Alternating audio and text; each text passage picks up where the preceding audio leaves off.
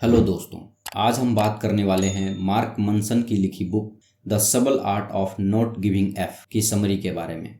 यह किताब New York times की बेस्ट सेलिंग बुक में से एक है। मार्क मनसन एक अमेरिकी सेल्फ हेल्प बुक लेखक और ब्लॉगर हैं।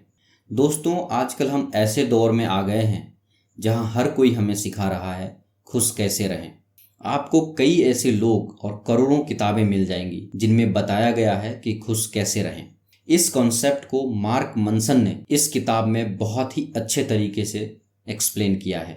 इस किताब को पढ़कर आपका जीवन बदल सकता है। लेखक का कहना है कि हर समय खुशी ढूंढना जरूरी है क्या? हर समय खुश रहना पॉसिबल हो सकता है क्या? क्या वक्त हमेशा अच्छा ही रहता है? जब आप इस किताब में बताई गई सभी बातों को अपने जीवन में लागू कर लेंगे तो आपको अपने जीवन में कैसे टॉक्सिक लोगों से दूर रहना है और उचित निर्णय कैसे लेना है, कैसे लाइफ की मुसीबतों, निगेटिव लोगों और बुरे हालातों को हैंडल करना है और कैसे उन्हें बोलना सीखना है I don't give a F, यानी भार में जाओ।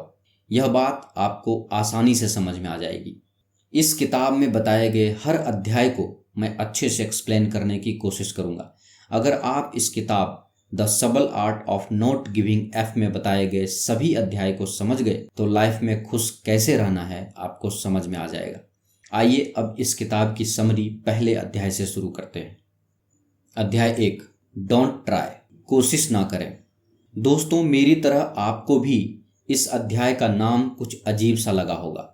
अजीब लगने का कारण यह है कि आज तक हम सब सुनते आ रहे हैं, एक बार और कोशिश करो, हिम्मत मत हारो, कोशिश करते रहो। पर लेखक कहते हैं डोंट ट्राई, कोशिश मत करो। ऐसा क्यों कहा, चलिए जानते हैं। वास्तव में लेखक कहना चाहते हैं कि हर चीज को ठीक करने की कोशिश मत करो, फिर चाहे वो परिस्थितियां हो या समाज के द्वारा पैदा की गई चुनौतियां। यहाँ लेखक एक उदाहरण के माध्यम से समझाने का प्रयास करते हैं। लेखक कहते हैं चार्ल्स बुकोस्की एक शराबी था, एक बहुत बड़ा जुआरी और जिंदगी से हारा हुआ एक ऐसा इंसान जिसकी सलाह शायद ही कभी कोई लेना चाहेगा। इसीलिए तो हम अपनी शुरुआत ऐसे इंसान की कहानी से कर रहे हैं। बुकोस्की शुरू से ही एक लेखक बनना चाहता था, मगर उसके काम को सभी न्यूज़पेपर और मैगजीन ने घटिया दर्जे का बताकर उसका मजाक उड़ाया। इस बात से दुखी होकर बुकोस्की गहरे डिप्रेशन में चला गया और उसने शराब पीना शुरू कर दिया। धीरे धीरे वो एक बहुत बड़ा शराबी बन गया।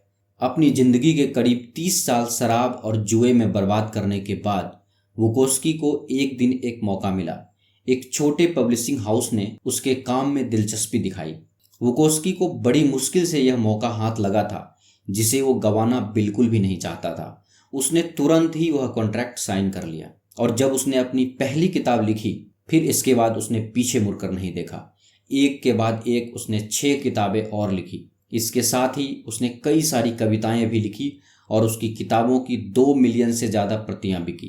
ये उसके लिए एक बहुत बड़ी कामयाबी थी। लेखक कहते हैं कुछ सिचुएशन हमारे हाथ में नहीं होती। अमेरिकन ड्रीम में कहा जाता है कि हमेशा कोशिश करते रहो, कभी हार मत मानो। लेकिन जब बुकोस्की मरा तो उसने अपनी कब्र के पत्थर पर लिखवाया, कोशिश मत कीजिए। उसके कहने का मतलब था कि वो लेखक बनने के प्रयास में इतना खो गया था कि वह अपनी आधी से ज़्यादा जिंदगी तनाव में जी रहा था।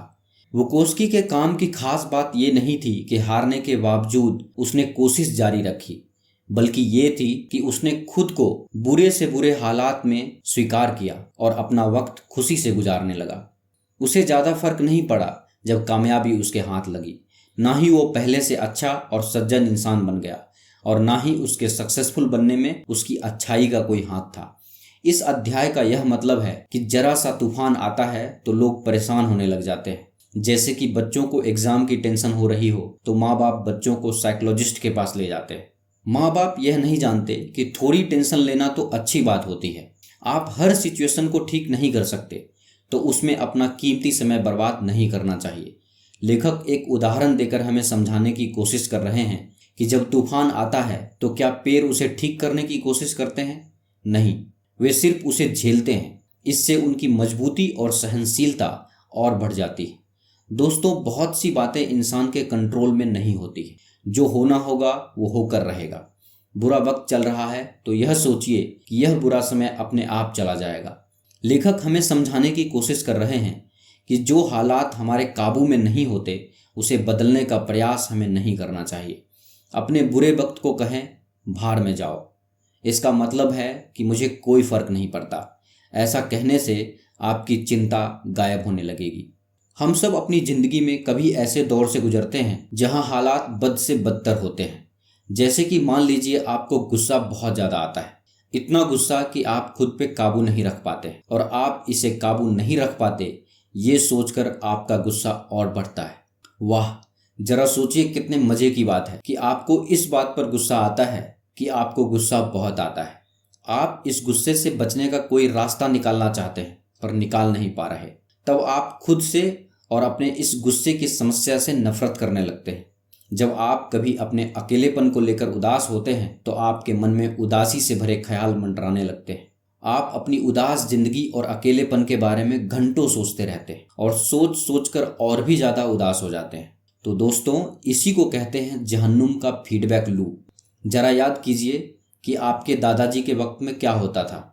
उस वक्त में जब कोई किसी को अपने से बेहतर देखता था तो बेशक कुछ पल उदास होता था, मगर फिर अपने कामों में लग जाता था ये सोचकर कि जिंदगी यही है। लेकिन अब अगर 5 सेकंड के लिए भी दुखी होते हैं तो आपको सबकी जिंदगी अपने से बेहतर लगने लगती है।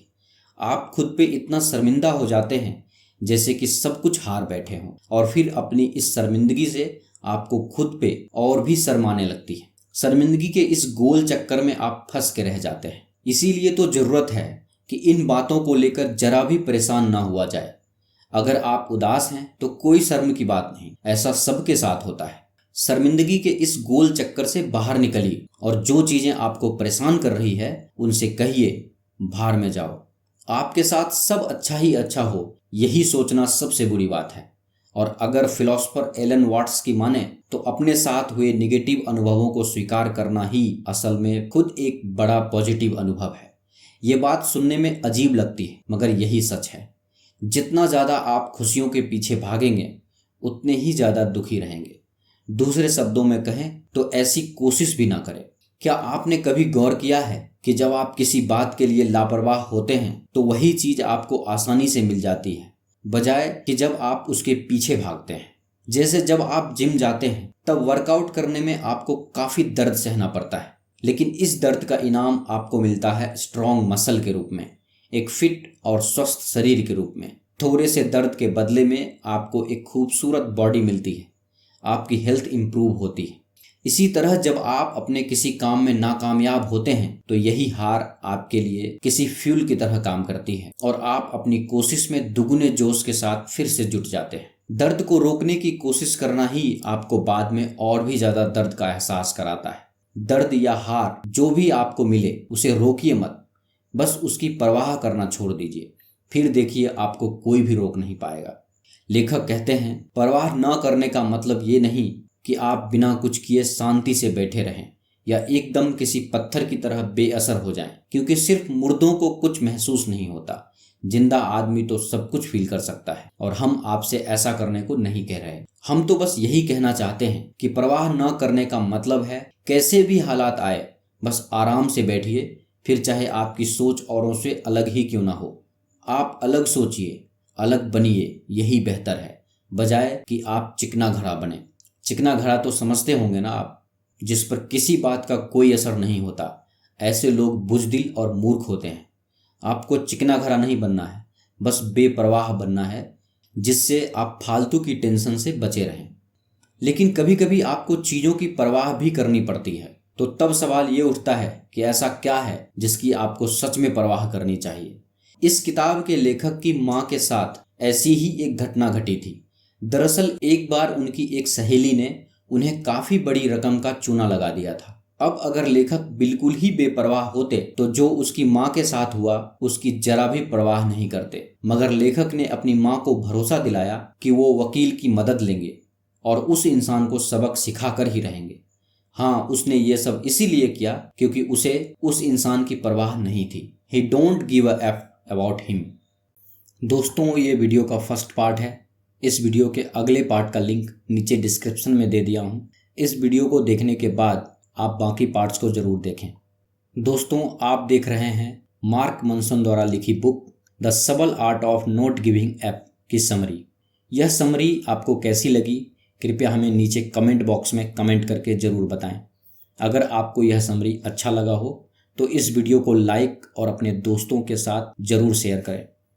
और ऐसे ही लाइफ चेंजिंग बुक समरीज देखने के लिए हमारे YouTube चैनल बुक्स प्ले को सब्सक्राइब करें। धन्यवाद।